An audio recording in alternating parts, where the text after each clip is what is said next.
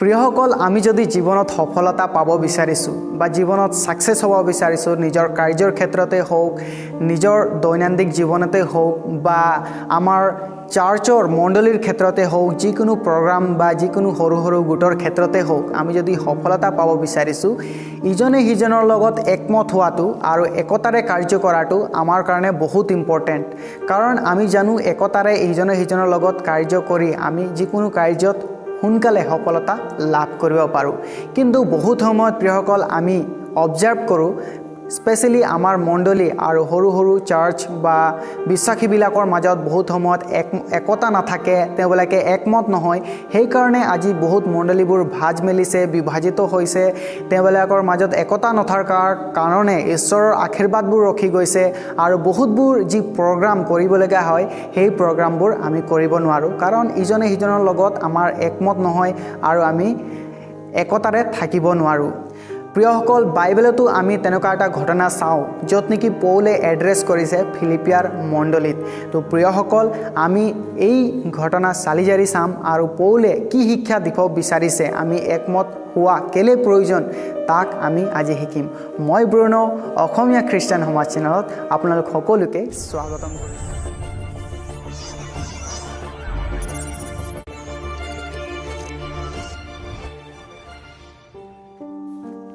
ফিলিপিয়া 4 অধ্যায় 2 আৰু 3 পদত পৌলে দুজনী মহিলাৰ বিষয়ে এড্ৰেছ কৰিছে। মই পঢ়ি দিব বিচাৰিছোঁ। ইয়াত কৈছে, ফিলিপিয়া 4 অধ্যায় 2 পদ, মই ইবদিয়াক বিনয় কৰি আৰু সুন্তোষিক বিনয় কৰি প্ৰভুত একে মন হ'বলৈ উদগাইছোঁ। তদুপৰি সেই সত্য লগৰীয়া তোমাকো নিবেদন কৰোঁ, তুমি সেই ভনী দুজনীক সহায় কৰা, কিয়নো ক্লিমেণ্ট আদি কৰি মোৰ যি সহায়কাৰীবিলাকৰ নাম জীৱন পুস্তকত লিখা আছে, তেওঁবিলাকে সৈতে সেই দুজনেও সুবাৰ্তাত মোৰ সহিত প্ৰাণপণ কৰিছিল। প্ৰিয়সকল, এই বাক্য আমি যেতিয়া পঢ়োঁ, কিছুমান ঘটনা আমাক বুজিব লাগিব। প্ৰথমটো হৈছে, এই যি ঘটনা, যি তৰ্ক হৈছে, এই তৰ্ক কোনো ডক্টৰিনেল ইছ্যু নাছিলে, তাৰ মানে বাইবেল সম্বন্ধীয় কোনো ইছ্যু নাছিলে, হয়তো তেওঁবিলাকৰ পাৰ্চনেল ইছ্যু আছিলে। সেইকাৰণে পৌলে এই পুস্তকত কোনো ক্লেৰিফিকেশ্যন দিয়া নাই, কেলে কাজিয়া কৰিছা, যীশুখ্ৰীষ্ট এনেকুৱা নাই কোৱা বা ঈশ্বৰৰ বাক্যত তেনেকুৱা নাই কোৱা, তেনেকুৱা কোনো কথা কোৱা নাই, কাৰণ এইটো কোনো ডক্টৰিনেল ইছ্যু নাছিলে। এইটো তেওঁবিলাকৰ এই দুজনী মহিলা ইউদিয়া আৰু সিন্তিখিৰ এটা পাৰ্চনেল মেটাৰৰ কাৰণে তৰ্ক হৈছিলে। আৰু 2 নম্বৰত, এই যি তৰ্ক হৈছিলে, এই তৰ্ক কোনো অলপ সময়ৰ কাৰণে নহয়, কিন্তু 2 মাহ 3 মাহ বা 4 মাহ হৈছিলে চাগে, বা 5 মাহ হ'ব, বহুত দিন ধৰি এই তৰ্ক আৰু যি তেওঁবিলাকৰ ডিছএগ্ৰিমেণ্ট আছিলে বহুত দিন ধৰি চলি আছিলে। আমি কেনেকৈ গম পাওঁ?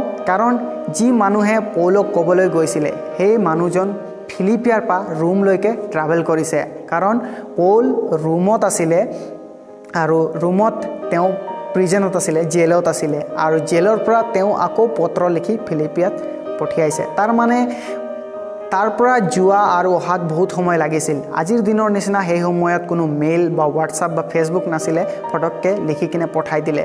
এজন মানুহে কেৰি কৰিছে, তাত গৈছে, আকৌ তাৰ পৰা অহা মানে বহুত দিন, হয়তো মাহ 2 মাহ 3 মাহো হ'ব পাৰে, তেওঁবিলাকৰ তৰ্ক বিতৰ্ক চলি আছিলে। আৰু এই তৰ্ক বিতৰ্ক কোনো দুইজনী মহিলাৰ লগতেই নাছিলে, ইউদিয়া আৰু সিন্তিখিৰ দুইজনীৰ মাজতে নাছিলে, এইটো পাব্লিক ইছ্যু হৈ গৈছিলে। তাৰ মানে বহুত লোকসকলে জানিছিলে, মণ্ডলীৰ লোকসকলে জানিছিলে। সেইকাৰণে পৌলে কি কৰিছে, এটা ইমান ডাঙৰ পত্ৰ যি নেকি মণ্ডলীৰ কাৰণে লিখা হৈছে, ফিলিপিয়া মণ্ডলীৰ কাৰণে, তাত এই দুজনী মহিলাৰ নাম লিখিছে যে তেওঁবিলাকৰ তৰ্কটো ছেটেল কৰিব লাগে। আৰু এই তৰ্ক বিতৰ্ক অকল যে এই দুজনী মহিলাৰ কাৰণে সমস্যা হৈছিল তেনে নহয় প্ৰিয়সকল, এই তৰ্ক বিতৰ্ক দুইজনী মহিলাৰ গোটেই মানে চাৰ্চৰ কাৰণে এটা সমস্যা হৈ পৰিছিলে। সেইকাৰণেহে পৌলে ইমান এম্ফেচাইজ কৰি কিনে দুইজনী মহিলাৰ নাম লিখিছে। আৰু আমি যদি এই ঘটনাক চালি জাৰি চাওঁ, এই দুজনী মহিলাৰ বিষয়ে আমি গম পাওঁ যে এই দুজনী মহিলা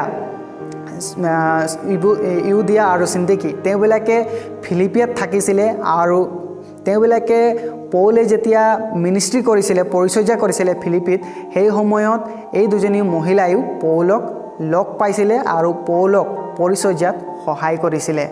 আৰু এই মহিলা দুজনী অকল যে তৰ্ক বিতৰ্ক হোৱাৰ কাৰণে তেওঁবিলাকে যে কিবা আনগডলি বা মানে ভাল নোহোৱা তেনেকুৱা নহয়। পৌলে কৈছে তেওঁবিলাকৰ নাম জীৱন পুস্তকত আছে। তাৰ মানে তেওঁবিলাক গডলি উমেন আছিলে, ভাল আছিলে, কিন্তু তেওঁবিলাকৰ পাৰ্চনেল মেটাৰৰ কাৰণে তেওঁবিলাকৰ তৰ্ক বিতৰ্ক হৈছিলে। আৰু এক কথা আমি বুজিবলৈ পাওঁ, সেইটো হৈছে যে এই দুজনী মহিলা কোনো লুকাই থকা বা সৰু সুৰা মহিলা নহয়। তেওঁবিলাকে পৌলক পৰিচৰ্যাত যোগদান কৰিছিলে আৰু গোটেই মণ্ডলীত হয়তো ফিলিপিত এই দুজনী মহিলাক জানিছিলে। সেইকাৰণেহে পৌলে ইমান এমফাচাইজ কৰি তেওঁবিলাকক বুজাবলৈ কৈ আছে। প্ৰিয়সকল, এইবোৰ কথা যেতিয়া আমি ফিলিপিয়া 4 অধ্যায় পঢ়োঁ, আমি ভালদৰে বুজি পাওঁ ইউদিয়া আৰু সিন্তিখিৰ বিষয়ে। প্ৰিয়সকল, শিকিবলগীয়া বহুত কথা আছে। আজি আমাৰ মণ্ডলীটো হয়তো আমি গডলি হ'ব পাৰোঁ, ভাল হ'ব পাৰোঁ, আমি গীৰ্জা প্ৰাৰ্থনা কৰিব পাৰোঁ, কিন্তু বহুত বিষয়ত আজি বহুতো লোকে ইজনে সিজনৰ লগত একমত নহয়, ডিছএগ্ৰী হয় আৰু তেওঁবিলাকে একতাত নাথাকে। সেইকাৰণে কি হয়, বহুত সময়ত সমস্যাৰ সৃষ্টি হয়। অকল সেই একমত নোহোৱা ব্যক্তিবিলাকৰ মাজতে নহয়, কিন্তু এক গোটেই মণ্ডলীৰ ক্ষেত্ৰত বা গোটেই পৰিয়াল বা গোটেই এটা খ্ৰীষ্টানিটিৰ কাৰণে এটা সমস্যা হৈ পৰে। কাৰণ লোকসকলে খ্ৰীষ্টানিটি মানে আমি এটা এক্সাম্পলাৰী লাইফ থকা প্ৰয়োজন। প্ৰিয়সকল, এয়া অকল আমি যেতিয়া ডিছএগ্ৰী হওঁ, ইজনে সিজনৰ লগত তৰ্ক হওঁ, এয়া অকল আমাৰ সমস্যা নহয়, কিন্তু এটা মণ্ডলীৰ সমস্যা। প্ৰিয়সকল, হয়তো আমি ভাল হ'ব পাৰোঁ, কিন্তু এই তৰ্ক বিতৰ্কই আমাৰ জীৱনত বহুত আশীৰ্বাদ ৰখাই থৈ দিয়ে। আমি গম পাওঁ প্ৰিয়সকল, আমি যেতিয়া গীতমালা 133 অধ্যায় 1, 2 আৰু 3 পদ পঢ়োঁ, তাত কৈছে যে যেতিয়া ভাইসকল, ঈশ্বৰৰ লোকসকল একেলগে থাকে, এয়া সন্তোষজনক আৰু উত্তম বুলি কৈছে। প্ৰিয়সকল, উত্তম আৰু সন্তোষজনক অকল মানুহৰ দৃষ্টিতে নহয়, কিন্তু ঈশ্বৰৰ দৃষ্টিতো। একমত হোৱাটো আৰু একেলগে থকাটো, একতাৰে কাৰ্য কৰাটো ঈশ্বৰৰ দৃষ্টিত উত্তম আৰু সন্তোষজনক। প্ৰিয়সকল, আমি একমত হোৱাটো প্ৰয়োজন। আজি বহুত সময়ত আমি চাওঁ একমত নহয়, আমি বহুতবোৰ যি আশীৰ্বাদ ঈশ্বৰৰ দৃষ্টিত আমি ৰখাই দিওঁ। আৰু পিছৰ পদত যদি আমি পঢ়োঁ, আমি গম পাম দাউদে লিখিছে যে একতাটো আৰু একমত হোৱাটো তেলৰ নিচিনা, বহুমূল্য তেলৰ নিচিনা আৰু নিয়ৰৰ নিচিনা। তেওঁ কৈছে ওপৰৰ পৰা তললৈ নামি অহা। প্ৰিয়সকল, এয়া আশীৰ্বাদ, ঈশ্বৰৰ ওপৰৰ পৰা তললৈ নামি অহা মানে ইয়াক ওপৰৰ পৰা ঈশ্বৰৰ পৰা আমাৰ জীৱনলৈ আশীৰ্বাদ কঢ়িয়াই অনাৰ কথা তাত আমি বুজিবলৈ পাওঁ। প্ৰিয়সকল, আমি যেতিয়া একতাৰে একমত হৈ থাকোঁ, সেয়া আমাৰ জীৱনত ওপৰৰ পৰা তললৈ আশীৰ্বাদ কঢ়িয়াই আনে। আৰু আমি পঢ়িলোঁ যে এয়া উত্তম আৰু সন্তোষজনক। বহুত সময়ত আমি যেতিয়া একমত নহওঁ, একতাৰে নাথাকোঁ, সেয়া কেতিয়াও উত্তম বা সন্তোষজনক হ'ব নোৱাৰে। আমি যেতিয়া ইজনে সিজনৰ মাজত কাজিয়া হৈ নিজৰ এটিটিউড, ইগ'ৰ কাৰণে আমি বহুতবোৰ আশীৰ্বাদ আমি বাধা দি আছোঁ। আমি ভাল, আমি গীৰ্জা যাওঁ, আমি প্ৰাৰ্থনা কৰোঁ, আমি বহুত ভাল, কিন্তু বহুত সময়ত আমি আমাৰ এটিটিউড বা নিজৰ পাৰ্চনেল ইছ্যুৰ কাৰণে আমি এটা সমস্যাৰ কাৰণ হৈ পৰোঁ। প্ৰিয়সকল, দ্বিতীয় যি কথা আমি শিকিবলৈ পাওঁ এই বাক্যৰ দ্বাৰা, সেইটো হৈছে আমি যদি আমাৰ জীৱনত সফলতা বা আমাৰ জীৱনত যদি ডেভেলপ হ'ব বিচাৰিছোঁ, আমি ঈশ্বৰৰ মনোভাৱ আমাৰ জীৱনত ল'ব লাগিব।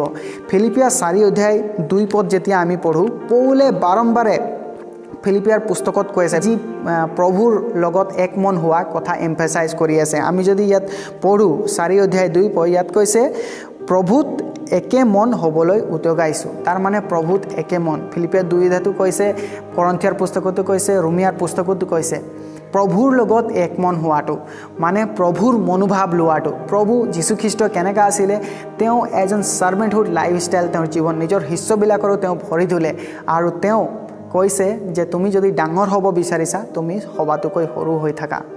প্ৰিয়সকল, তেওঁ ইমান জীৱনকালত পৰিচৰ্যা 3.5 year তেওঁ যি মিনিষ্ট্ৰী কৰিলে, তেওঁ বহুত ডাঙৰ ডাঙৰ আচৰিত কৰ্ম কৰিলে, কিন্তু তেওঁ কেতিয়াও কোৱা নাই ইয়াৰ কাৰণে মোক পুৰস্কাৰ লাগে বা মই এটা ডাঙৰ লিডাৰ, মই ডাঙৰ হওঁ এইটো কৰাৰ কাৰণে। তেওঁ কেতিয়াও নিজকে ডাঙৰ কৰিব বিচৰা নাছিলে।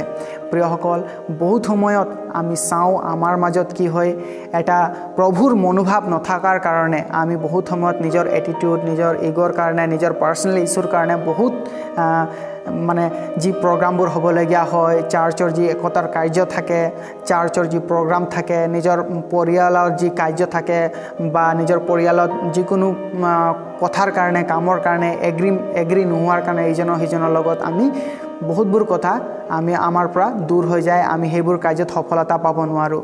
কাৰণ হৈছে আমাৰ ভিতৰত প্ৰভুৰ মনোভাৱ নাই।